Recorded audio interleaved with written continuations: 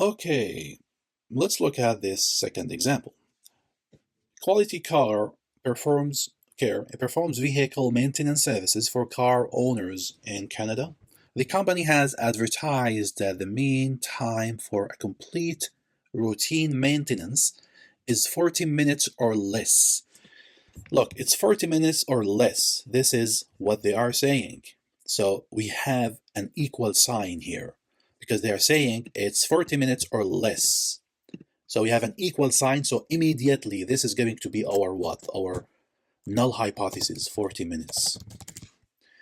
The alternative hypothesis is going to be greater than 40 minutes, but let's read and continue. The company has received complaints from several individuals saying that time required to complete the service exceeds the advertised mean of 40 minutes. It exceeds. They're saying that people exceed this. I mean, not 40 minutes, basically it's more than 40 minutes. Before responding, employees plan to test its advertised claim using an alpha level of 0.05. This is the alpha level. So they want to test their claim. Actually, the claim is here now, but this is the thing that they are saying. This is the default situation they are saying. Oh, it takes less than or equal 40 minutes, right?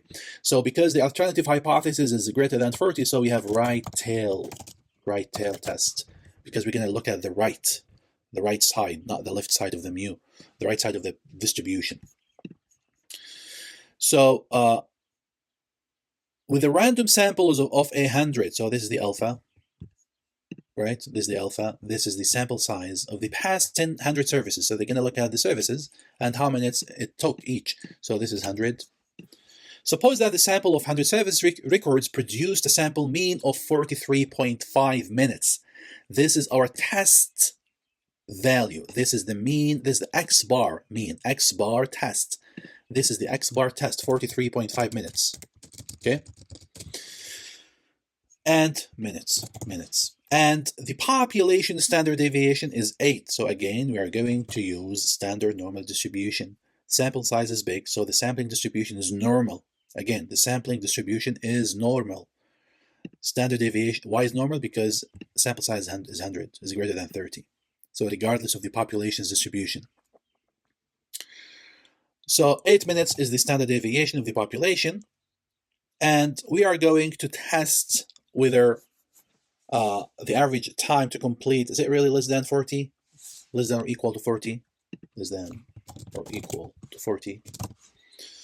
So again, what we are going to do, we have 3 methods. You can use any of them to make your conclusion. So let's go to stat, basic statistics, one sample z-test, summarize data. What is the sample size? 100. What is the sample mean? 43.5 minutes. Standard deviation, we have 8 minutes. Perform hypothesis testing, yes. And hypothesized mean, they said it's 40 minutes. What is the confidence level? It's 95%. Why? Because it's 1 minus alpha, 1 minus significance level, which is 95%. The alternative hypothesis, mean is greater than the hypothesized mean. Mean greater than the 40. Mean greater than the 40. Okay. Again, what we have descriptive statistics. We have the size of the sample, 100. We have the mean of the sample. We have the standard error of the mean. We have the lower bound for the mu, the confidence interval. This is the lower bound. And we have the null hypothesis is mu is less than or equal to 40. The alternative hypothesis is mu greater than 40. Now we have the p-value is 0. The z-value, the standardized value of the X-bar test, so the z-test is 4.38. Method 2 is complete now, so we can compare the p-value with alpha. So the area at the right-hand side, of 43.5 minutes is actually 0. And the 0, that means the 0 is less than the alpha, so we are located in the rejection region, So what is the conclusion? We reject the null hypothesis. If you reject the null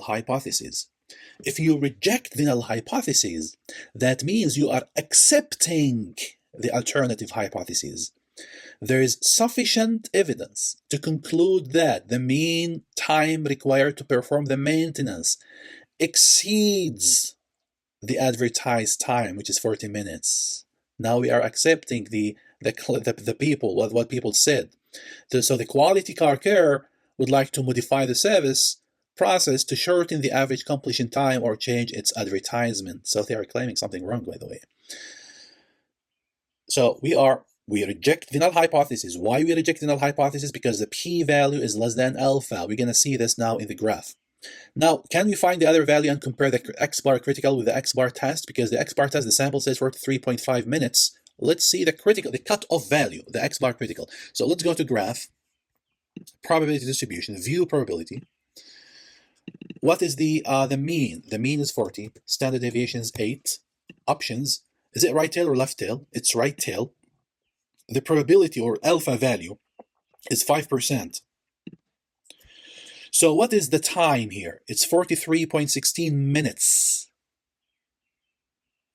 Right? We have something, doesn't make sense. 43.16 minutes.